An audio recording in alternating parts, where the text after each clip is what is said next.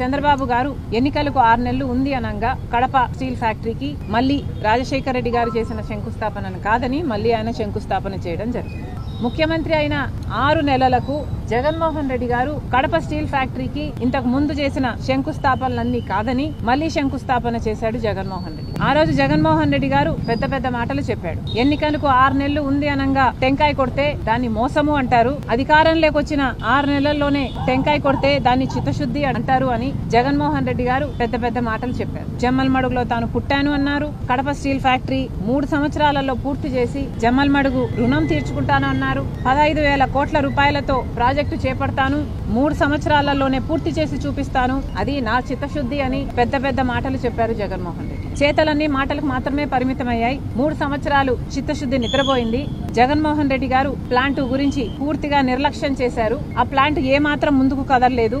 3 సంవత్సరాల తర్వాత మళ్లీ శంకుస్థాపన చేస్తున్నామని జగన్మోహన్ రెడ్డి గారు చెప్పారు. సజ్జన్ జిందాల్ అనే వ్యక్తి శంకుస్థాపన చేస్తున్న రోజే జగన్మోహన్ రెడ్డి గారికి నాకు ఉన్న పరిచయం ఈనాటిది కాదు అని చాలా గొప్పగా వాళ్ళ సంబంధం గురించి చెప్పుకొచ్చారు. కడప స్టీల్ ఫ్యాక్టరీ కట్టాలి అనే చిత్తశుద్ధి జగన్ గారికి గానీ జిందాల్ గారికి గానీ లేదు కాబట్టి ఇంతవరకు ఒక్క తట్టెడు మట్టి కూడా తీసి అటు పెట్టింది లేదు. సజ్జన్ జిందాల్ గారికి జగన్మోహన్ రెడ్డి గారికి ఉన్న సంబంధం గురించి ఆయనే గొప్పగా చెప్పుకున్నారు. అది నిజం కాబట్టే జగన్మోహన్ రెడ్డి గారు జిందాల్ గారికి ఒక కడప స్టీల్ ఫ్యాక్టరీలోని 3,500 ఎకరాలు ఇవ్వడమే కాకుండా రాష్ట్రంలో వివిధ ప్రాంతాల్లో ఉన్న మైన్స్ అయితేనేమి ప్రాజెక్ట్స్ అయితేనేమి ఇవన్నీ కూడా కట్టబెట్టడం జరిగింది. ఎందుకు అని అడుగుతున్నాం. జిందాల్ గారు మన రాష్ట్రానికి ఏం చేశారు కాబట్టి జగన్మోహన్ రెడ్డి గారు ప్రభుత్వ ఆస్తులను కట్టబెట్టారో సమాధానం చెప్పాలి. ఈ డీల్స్ వల్ల జిందాల్ వాళ్ళు జగన్మోహన్ రెడ్డి గారికి ఏమిచ్చారో తెలియదు కానీ రాష్ట్రానికి మాత్రం ఒరిగింది ఏమీ లేదు. ఈ రోజు వరకు కూడా కడప స్టీల్ ఫ్యాక్టరీకి సంబంధించిన 3,500 ఎకరాలు జిందాల్ వాళ్ళ చేతుల్లో ఉంది. కానీ ఇంతవరకు ₹1 ఖర్చు పెట్టింది లేదు,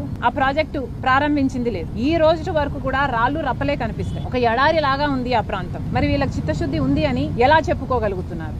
25 ఎంపీలను మన రాష్ట్ర ప్రజలు ఎన్నుకుంటే పోయిన 5 సంవత్సరాలు ఈ 5 సంవత్సరాలు అదే బీజేపీ పార్టీకి ఊడిగలు చేస్తున్నారు. పార్లమెంట్ లో పెట్టిన ప్రతి బిల్లుకు ఆమోదం చెప్తున్నారు. మరి ఇలాంటప్పుడు మనకు ఏమిచ్చారు అని, మన రాష్ట్రానికి ఏం చేశారు అని ఇంత బానిసలుగా తయారయ్యారో చంద్రబాబు గారు జగన్మోహన్ రెడ్డి గారు సమాధానాలు చెప్పాలి. ముఖ్యంగా ఇక్కడ మాట్లాడుతున్నది కడప స్టీల్ ఫ్యాక్టరీ విషయం. ఈ ఫ్యాక్టరీకి సంబంధించి ఇది రాజశేఖర రెడ్డి గారి కళ, ఇది ఆంధ్ర రాష్ట్ర ప్రజలకు అవసరం. కడప జిల్లా ఎడారి ప్రాంతానికి చాలా అవసరమైన ప్రాజెక్టు. ఇంతవరకు ఒక్క అడుగు కూడా ముందుకు వేయకపోగా అధికారంలోకి వచ్చిన పాలకులు అందరూ కలిపి మొక్కలోనే దీన్ని తుంచేశారు. అసలు ఇది జరుగుతుందా లేదా అన్న ప్రశ్న ఈ రోజు అందరి మనసులో మెదులుతుంది. Congress party Kadapa steel factory Rajasekhara Reddy గారి కల కాబట్టి కడప స్టీల్ ఫ్యాక్టరీ విభజన హక్కుల్లో యూపీఏ ప్రభుత్వం కాంగ్రెస్ పార్టీ ఆంధ్ర రాష్ట్ర ప్రజలకు ఇచ్చిన హక్కు కాబట్టి Congress party Kadapa steel factory కోసం కొట్లాడుతాము అని ఈ రోజు మరొకసారి ప్రజలకు చెప్తున్నాం. కలెక్టర్ గారికి మెమరాండం ఇవ్వడం జరిగింది. ఆయనను కూడా యూనియన్ గవర్నమెంట్ కి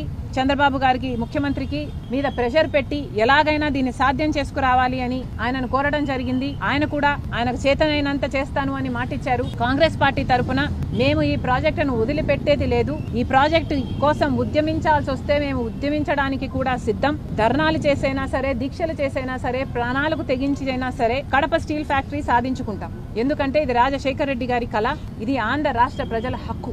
మరొకసారి కేంద్ర ప్రభుత్వానికి రాష్ట్ర ప్రభుత్వానికి అల్టిమేటం ఇస్తున్నాం. కడప స్టీల్ ఫ్యాక్టరీ పట్ల చేసిన నిర్లక్ష్యం చాలు. ఇప్పుడైనా స్పందించాలి, కార్యాచరణ ప్రకటించాలి. ఈ ప్రాజెక్టు టేక్ ఆఫ్ కావాలి. అవ్వకపోతే కాంగ్రెస్ పార్టీ దీన్ని ఒక ఉద్యమంగా చేపడుతుంది. ఎందాకైనా పోరాడతామని కడప ప్రజలకు, ఆంధ్ర రాష్ట్ర ప్రజలకు కాంగ్రెస్ పార్టీ మాటిస్తుంది.